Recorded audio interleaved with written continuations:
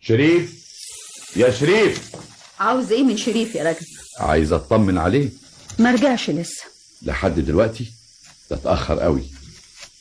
يبقى ضروري الامتحان ده صعب النهارده. وايه يعني؟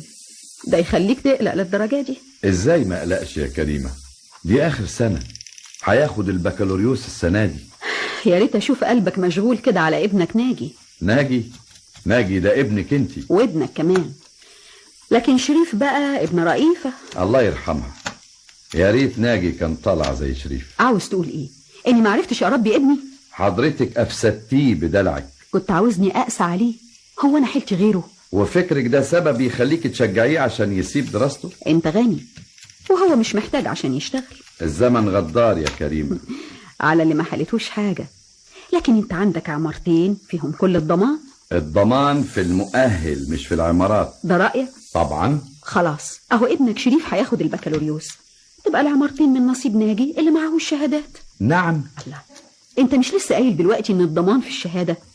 اهي شهادة شريف هتفتح له ابواب الرزق، انما ناجي مضطر يعتمد عليك، وعشان كده يصح انك تكتب له العمارتين اللي عندك. ايوه اخيرا صرحتي باللي جوه قلبك. افتكر انه رأي عادل. فين هي العدالة ان كنت عاوزة تاكلي حق شريف وتحرميه من نصيب؟ انت مش قلت ان المؤهل اضمن من العمارة؟ قلت، بس مش معنى كده اني اظلم شريف.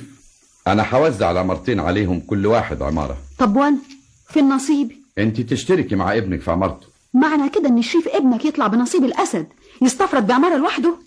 مش ممكن، انا ما وافقش على كده ابدا. ويعني بايدك تعملي ايه؟ قدامي المحاكم. يعني ناوية ترفعي قضايا وتدخلي في اشكالات؟ يا دوب حاكم اللي زيك ما تتورعش عن اي شيء عشان تحقق اطماعها. انا مش طماعة، انا بطالب بحقي. في الورث؟ طبعا. يعني انت خلاص افترضت اني هموت قبلك؟ يعني ما انت عارف ان الست في الغالب بتعيش اكتر من الراجل. بس لكل قاعدة شواذ، وجايز حالتنا تكون شاذة. قصدك ايه؟ بتتمنى موت يعني؟ ما افتكرش اني هكسب حاجة من ورا موتي.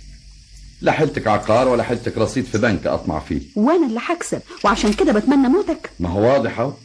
امال بتساوميني عشان اكتب العمارتين لابنك ناجي ليه؟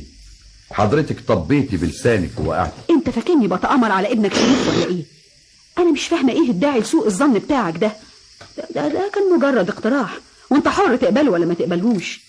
المال مالك، ووهب اللي انت عاوز توهب له واحرم اللي انت عاوز تحرمه. انا مش هحرم حد، انا براعي ضميري وبخاف ربنا عشان يوم ما اقابله بنفس راضيه. ليه يا شريف؟ ده قرار خاطئ، انا مش موافقاك عليه. بس انا خلاص صممت ومش هرجع في قراري. طب وباباك؟ هيفرح طبعا لما اختفي. حرام، ما تظلمهوش. باباك عمره ما جه في صف مراته ضدك، وفي الوقت نفسه عمره ما جه في صفي، علشان النار ما تشعللش بينكم. خلاص يتهنى بحياته معاها. انا متهيألي زمانه قلقان عليه. مش هرجع له يا سلمى. طب اتصل بيه وصرحه بقرارك. القرار ده يخصني انا لوحدي. طب وانا؟ ما هو بمجرد ما استقر بره هبعتلك وتحصليني. طب وبلدك ازاي هتقدر تبعد عنها؟ ازاي هتستحمل الغربة؟ انا مش هبعد على طول، مسيري هرجع لها وهرجع غني. لكن انت مش محتاج تعمل فلوس، باباك غني وهتورث في يوم من الايام. اورث؟ بابا ضروري هيسيب كل ثروته لمراته وابنه ناجي. ايش عرفك؟ انا متوقع انها هتفضل تزن على ودانه، وضروري هيرضخ لرغبتها ويحقق لها كل اللي هي عايزاه. بابا هيضعف قوي قدامها. وليه ما تقولش انه بيتقي شرها؟ وعلشان كده هيسيب لها كل اللي حيلته. ازاي يا شريف؟ ده ورث، معقول يدي ابنه ويحرم التاني؟ امال ليه جوزته؟ ليه بتتعمد تعاملني وحش؟ علشان تطفشني وتستفرد بالجو وبالثروه. وديك بتحقق لها غرضها وناوي تهرب وتختفي. انا بتحاشى ادخل معاها ومع ابنها في صراع علشان الفلوس. انا عاوز اعيش مرتاح بعيد عن المؤامرات وعن الحقد، علشان كده لازم اسافر وابعد. طب وباباك ذنبه ايه؟ مش لازم يطمن عليك؟ انا هبقى ابعت له، اكيد هبعت له. وامتى ناوي تسافر؟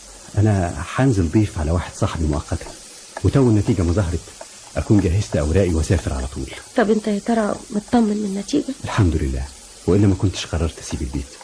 يبقى يوماتي لازم نتقابل لحد ما تسافر. بس طبعا قبل ما اسافر لازم اقابل باباكي ونكتب الكتاب، وياك اقدر اقنعه بكده. انت متصور ان ما عندوش فكره؟ يعني انت ما هتيلي عنه؟ طبعا، امال انا قلبي مطمن ليه؟ مفيش اخبار يا كريمه؟ عن ايه؟ عن شريف. يعني هيكون عن مين؟ انت ما زهقتش من السؤال ده؟ ازهق من السؤال عن ابني؟ مش فات شهرين؟ ان شاء الله يكونوا سنتين، ده ابني، ازاي ما اسالش عنه؟ ارتاح بقى يا سيدي، اهو مات. مات؟ شريف مات؟ مين قالك؟ انا بقول، امال يعني هيكون راح فين؟ قولي هي دي امنيتك، بس لا، ربنا مش هينولها لك. انا قلبي حاسس انه عايش وضروري هيرجع. يرجع؟ هو امتى ان شاء الله؟ لو عرف انا بتعذب قد ايه بسبب فراقه. لكن ارجع واقول انت السبب. انا؟ طب وانا مالي؟ انت اللي طفشتيه بمعاملتك. لكن لا، انا اللي طفشته. انا طفشته بضعفي. عمري ما وقفت في صفه قدامك بالرغم من ظلمك وسوء معاملتك له. يا حبيبي يا ابني، حقك عليا يا شريف. انت فين عشان استسمحك؟ يمين يرجعك ليا تاني. طب وافرض رجع؟ هصرحه باللي انا ناوي عليه،